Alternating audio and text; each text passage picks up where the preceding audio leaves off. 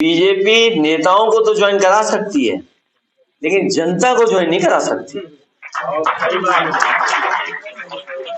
मैं बहुत सारे लीडर्स को जानता हूं जो भारतीय जनता पार्टी के शामिल हुए हैं। वो पहले मिलकर के कह करके आए कि भारतीय जनता पार्टी का दबाव है। मैं आपके सामने 2 एग्जाम्पल, उसके बाद प्रेस खत्म, उसके बाद आप जा सकते हैं। 2 सवाल, हाँ फिर गाना। पहला, अमेठी की हमारी विधायिका वो खुद आई हमारे पास और उन्होंने कहा कि उनकी मुख्यमंत्री जी से मुलाकात हुई है और उन्होंने भरोसा दिलाया कि उनके साथ अन्याय नहीं होगा, इसलिए हम आपके साथ वोट नहीं दे सकते, हमें माफ कर दीजिए। मैंने उनसे कहा कि अगर अन्याय रोक रहे हैं मुख्यमंत्री जी, तो जहां मुख्यमंत्री जी कहें वहां वोट दे देना। और जब राज्यसभा का चुनाव हुआ तो आपने वो बात देखी होगी।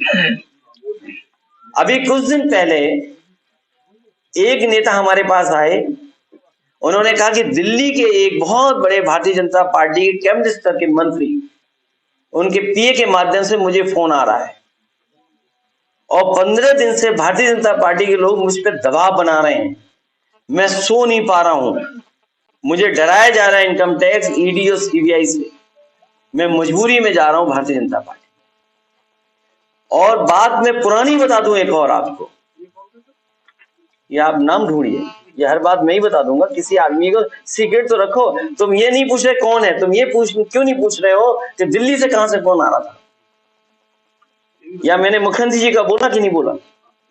मैंने कहा कि मुख्यमंत्री जी खुद मिले थे अमेठी की विधायिका से,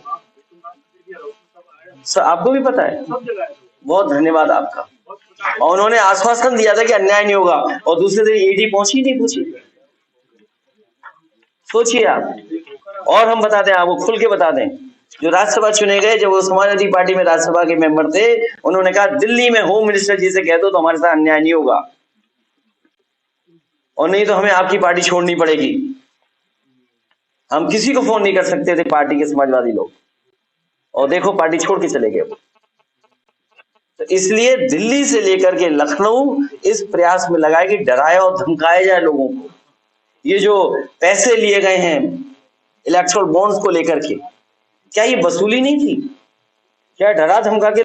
इससे कोई शिकायत नहीं है, लेकिन हमारे छोटे कारोबारी का खत्म हो जाए, सब खत्म हो जाए। आप बड़े बड़े उद्योगपतियों का तो पैसा माफ कर रहे हैं, 15 लाख करोड़ रुपए माफ किया आपने, लेकिन अगर हमारा छोटा व्यापारी, छोटा कारोबारी अगर 10 लाख का भी लोन लेना चाहे तो क्या फ्री इंटरेस्ट के साथ है? क्या बिना कर्ज के साथ है? क्या कोई? आप 15 लाख करोड़ तो माफ कर रहे हैं, लेकिन छोटे कारोबारियों के लिए क्या सुविधा है आपके पास? और समाजवादियों का हमेशा मानना रहा है, जब हमारा किसान खुशहाल होगा तो हमारा व्यापारी भी खुशहाल होगा। समाजवादी लोग उसी दिशा में काम कर करके अपने किसान को खुशहाल करेंगे और व्यापारियों को सुरक्षा और सम्मान दिलाने का काम समाजवादी लोग करेंगे। इसको वसूली मानते हैं हम, चढ़ा करके वसूली मानते हैं, वसूली। क्या सोचिए आप, बीजेपी वाले क्या इसका जवाब देंगे? किस मुंह से जवाब देंगे बीजेपी के लोग?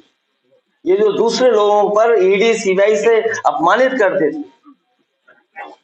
जिन्हें बदनाम करने के लिए एजेंसियों से भेजने का काम करते थे, आज तो बात खुल गई ना, पोल खुल गई। क्या पोल खुल गई कि नहीं खुल गई? हमारे पत्रकार साथी सब जानते हैं कि पोल खुल गई, ऐसी पोल तो कभी नहीं खुली थी। ये सूची आ गई है किससे कितनी वसूली हुई। सोचो, जिसने हजारों करोड़ रुपए दिए उसकी ऑफिस में दरवाजे तक नहीं, उनके पते ही नहीं है, बताओ, और पैसा आ गया। भाई हर पार्टी को इलेक्शन कमीशन या हमारा एक्ट कहता है, नियम कहते हैं कि चंदा ले सकते हैं, लेकिन वसूली के थोड़े लिए कानून बना है। सर, इस पूरे मामले आप वसूली करवा रहे, आप मांग करेंगे क्या इस पूरे चंदे की, जो आप जिसको वसूली बता रहे हैं? अब जो कुछ करेगी जनता करेगी। ईडी सीबीआई इनकम टैक्स से बड़ी हमारी जनता है। ये जनता ही बचाएगी लोकतंत्र को। ये हमारे व्यापार सभा के लोग बैठे हैं, यही बचाएंगे हमें, यही लोकतंत्र को बचाएंगे, यही संविधान को बचाएंगे। किस नियम में लिखा है कि आप वसूली कर लें?